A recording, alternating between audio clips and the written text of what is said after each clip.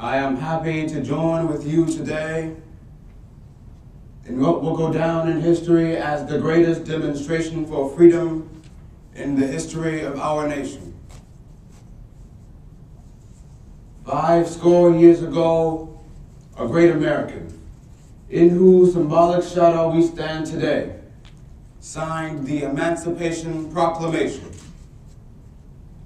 This momentous decree came as a great beacon light of hope to millions of Negro slaves who had been seared in the flames of withering injustice.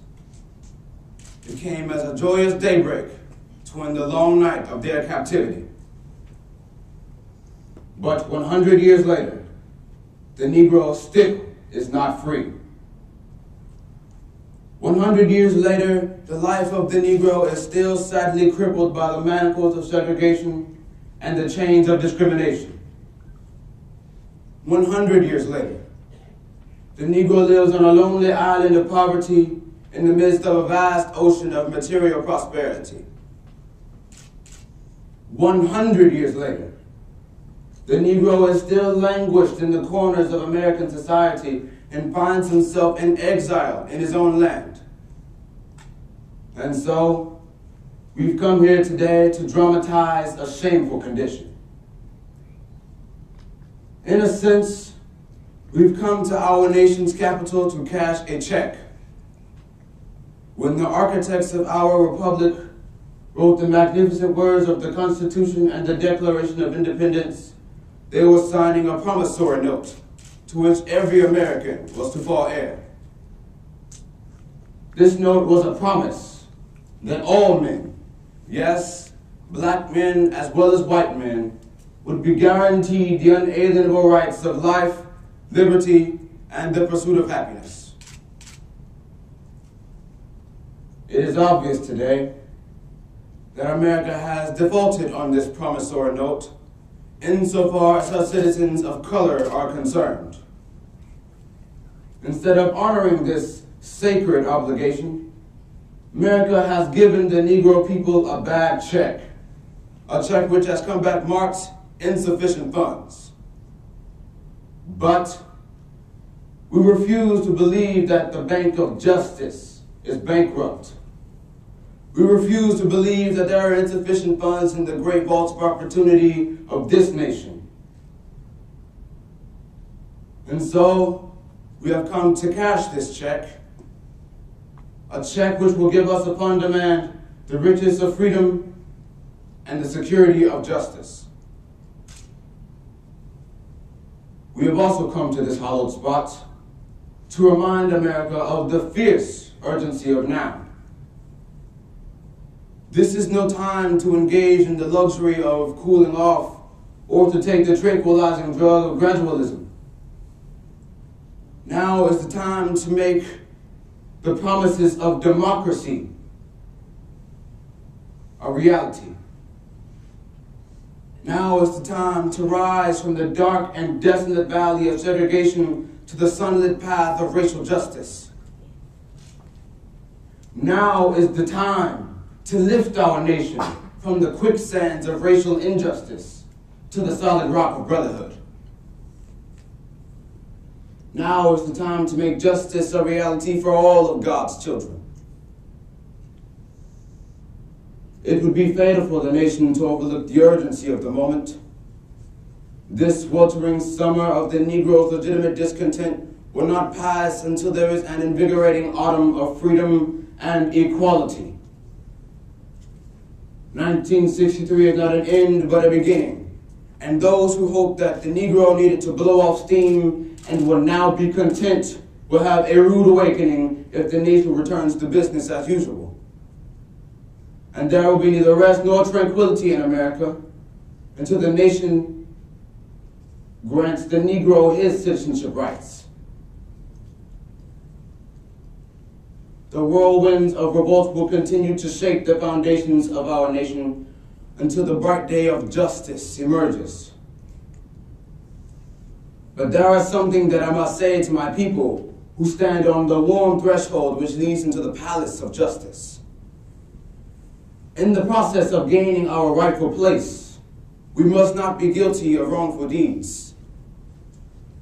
Let us not seek to satisfy our thirst for freedom by drinking from the cup of bitterness and hatred. We must forever conduct our struggle on the high plane of dignity and discipline.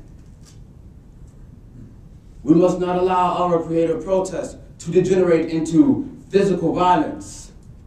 Again and again, we must rise to the majestic heights of meeting physical force with soul force.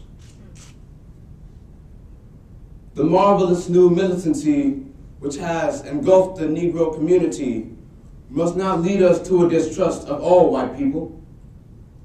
For many of our white brothers, as evidenced by their presence here today, have come to realize that their destiny is tied up with our destiny. And they have come to realize that their freedom is inextricably bound to our freedom. We cannot walk alone. And as we walk, we must make the pledge that we shall always march ahead. We cannot turn back. There are those who are asking the devotees of civil rights, when will you be satisfied? We can never be satisfied as long as the Negro is the victim of the unspeakable horrors of police brutality. We can never be satisfied as long as our bodies, heavy with the fatigue of travel, cannot gain lodging in the motels of the highway or the hotels of the city. We cannot be satisfied as long as the Negro's basic mobility is from a smaller ghetto to a larger one. We can never be satisfied as long as our children are stripped of their selfhood and robbed of their dignity by a sign stating for whites only. We cannot be satisfied as long as the Negro in Mississippi cannot vote and the Negro in New York believes he has nothing for which to vote. No, we are not satisfied, and we will not be satisfied until justice rolls down like waters and righteousness like a mighty stream. I am not unmindful that some of you have come here out of great trials and tribulations. Some of you have come fresh from narrow jail cells. And some of you have come from areas where your quest for freedom left you battered by the storms of persecution and staggered by the winds of police brutality. You have been the veterans of creative suffering. Continue to work with the faith that unearned suffering is redemptive. Go back to Mississippi.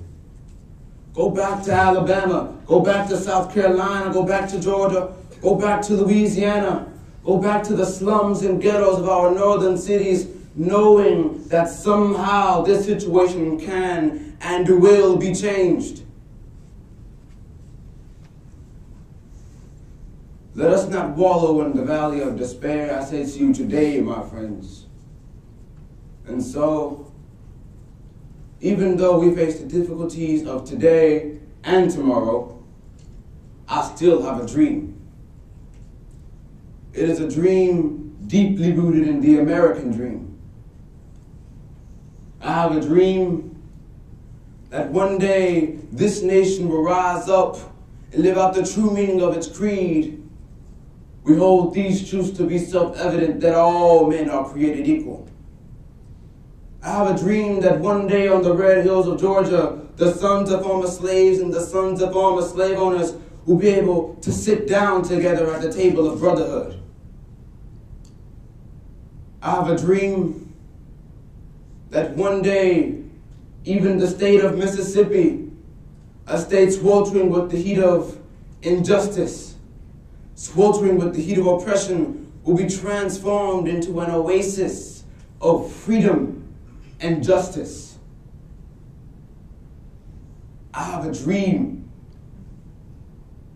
that my 4 little children will one day live in a nation where they will not be judged by the color of their skin, but by the content of their character. I have a dream today.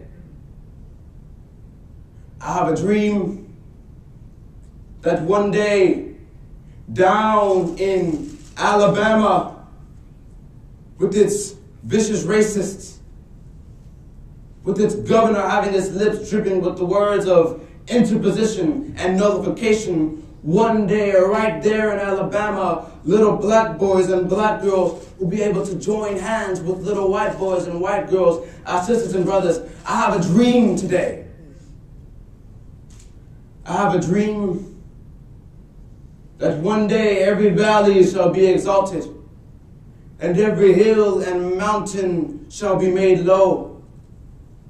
The rough places will be made plain, the crooked places will be made straight, and the glory of the Lord shall be revealed, and all flesh shall see it together. This is our hope. This is the faith that I go back to the South with. With this faith, we will be able to hew out of the mountain of despair a stone of hope. With this faith, we will be able to transform the jangle and discord of our nation into a beautiful symphony of brotherhood. With this faith, we will be able to work together, to pray together, to struggle together, to go to jail together, to stand up for freedom together, knowing that we will be free one day.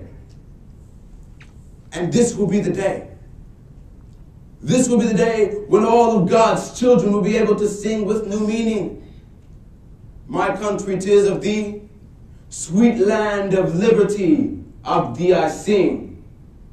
Land where my fathers died, land of the pilgrim's pride, from every mountainside, let freedom ring. And if America is to be a great nation, this must become true. And so, let freedom ring from the prodigious hilltops of New Hampshire. Let freedom ring from the mighty mountains of New York. Let freedom ring from the heightening Alleghenies of Pennsylvania. Let freedom ring from the snow-capped Rockies of Colorado. Let freedom ring from the curvaceous slopes of California. But not only that, let freedom ring from Stone Mountain of Georgia. Let freedom ring from Lookout Mountain of Tennessee. Let freedom ring from every hill and molehill of Mississippi, from every mountainside. Let freedom ring. And when this happens, when we allow freedom ring, when we let it ring from every village and every hamlet, from every state and every city, we will be able to speed up that day when all of God's children, black men and white men, Jews and Gentiles, Protestants and Catholics, will be able to join hands and sing in the words of the old Negro spiritual, free at last, free at last. Thank God Almighty, we are free at last.